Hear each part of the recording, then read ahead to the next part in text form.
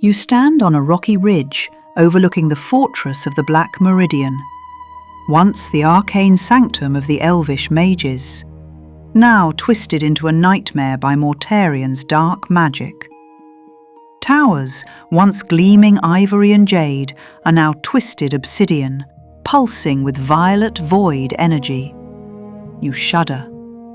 If Mortarian is already powerful enough to do this in just the few short weeks since his creation, you begin to wonder if your plan has any chance of success. You look to the battlefield below, where the Queen's armies form their glittering ranks. Spellsingers weave cords of light, layering protective magics over the Elvish legions. Gleaming silver bows, warriors armoured in shining steel hold blades at the ready. You gaze at the energy shield, held in place from afar by the relentless work of the loyal elven court mages, the only thing that has kept Mortarian contained thus far. Through their exhaustive work, you have been given a chance to prepare.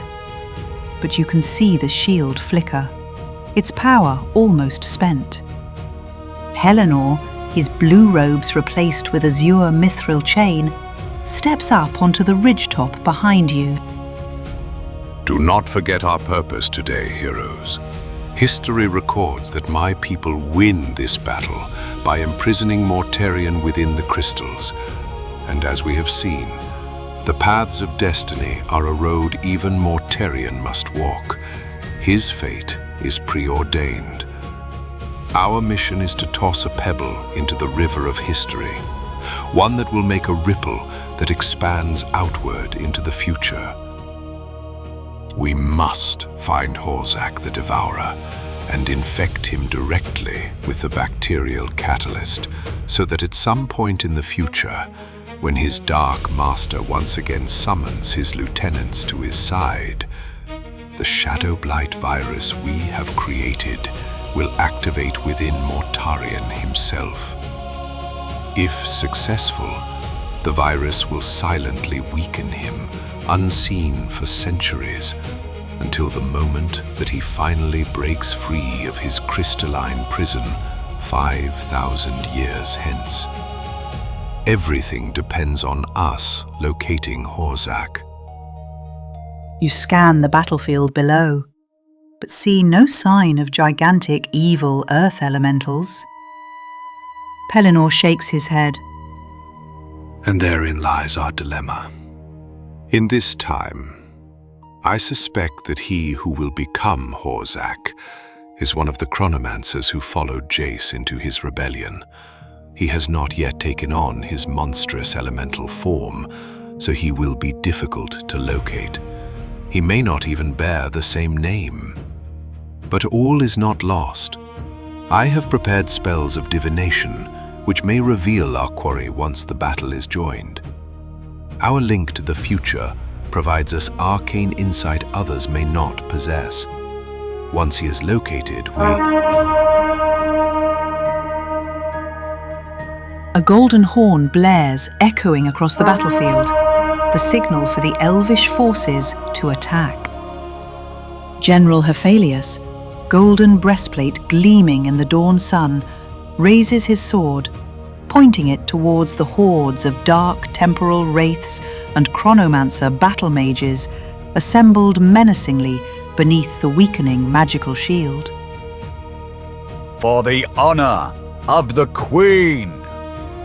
He lowers his blade in a sweeping arc, and the spellweavers on the ridgetops surrounding the fortress slam their hands together, and the magical shield collapses in a flash of blue energy. Swords! The opposing armies sprint towards each other across the battlefield. Elvish silver and gold clashes with dark ebony shadow, and the battle is joined. Lightning lances into shadowy constructs. They phase, vanish, and reappear wraith-like. Firestorms bloom, and the air takes on a stench of ozone and ash. Pellinor, at your side, you rush into the melee with the secondary vanguard. At the pinnacle of the formation, you can still see General Hephaleous leading the charge, his blade bright and his gold and green armor shining in the sun. To me, warriors! Press hard! We must breach the gates. The elves will not fall this day. Pellinor scans the chaos of the battlefield, his brow heavy with concentration as he casts out his net of divination spells, desperately trying to locate the one who will become Horzak the Devourer. He shakes his head. It's no use. It is too chaotic. I cannot pinpoint anything about Horzak. My divination spells. Suddenly, without warning, a beam of midnight black energy erupts from the pinnacle of the Black Meridian, punching across the battlefield and spearing General Hephaleous directly in the chest. He staggers, falling to his knees. His blade slips from his fingers and clatters onto the stone. You watch in mute horror as tendrils of violet magic streak across his skin, spreading like a web. His jet black hair falls away in tufts, and his skin begins to harden, turning to stone grey as amethyst and rock sprouts out of his very bones. He expands to massive proportions. Ferns, moss, and fungal lichens bud from cracks in his newly formed granite flesh. Pellinor watches in stunned horror as the monstrous transformation takes hold of the paragon of the elven army. General Hephaleous, by the grace of Luminaria, no! You must resist! Elven healers rush to his side, casting their purification magics into their general, desperately trying to reverse the effects. But it is no use.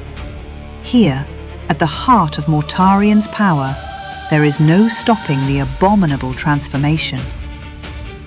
The creature that was once the proud elven general stares across the battlefield with empty eyes, a sick violet glow where his bright green eyes once were. His once clear and proud voice echoes with the sound of a dark abyss. You realize in stunned shock that you no longer need to find Horzak the Devourer, because he has found you. Blind. I was so blind. Mortarian is the very breath of eternity. We cannot fight him. The dark infinity will consume us all. All of us. Everyone. We are all doomed to the entropic prison of his will. The only hope, the only salvation, is to stand with the darkness and seek sanctity in oblivion. A chill runs down your spine. The greatest champion of Queen Kelmora has been utterly consumed by Mortarian. Pellinor shakes off his horror and grief, the importance of the mission surging once again to the forefront. Heroes, at long last fate has delivered us a reprieve.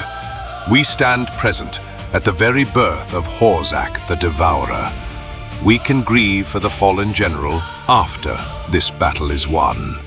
But your moment is now. The catalyst, bind it to Horzak's flesh before he escapes into the chaos.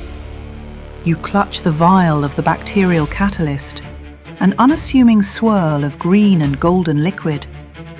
The key to your very future held in your hand. You look up at Horzak's monstrous form, and your eyes shimmer with unspilled tears for the glorious general. Mortarian has taken so much from this world, so many heroes, so many lives. You turn toward Horzak, weapons drawn and spells at the ready. He seems to be confused at your resistance.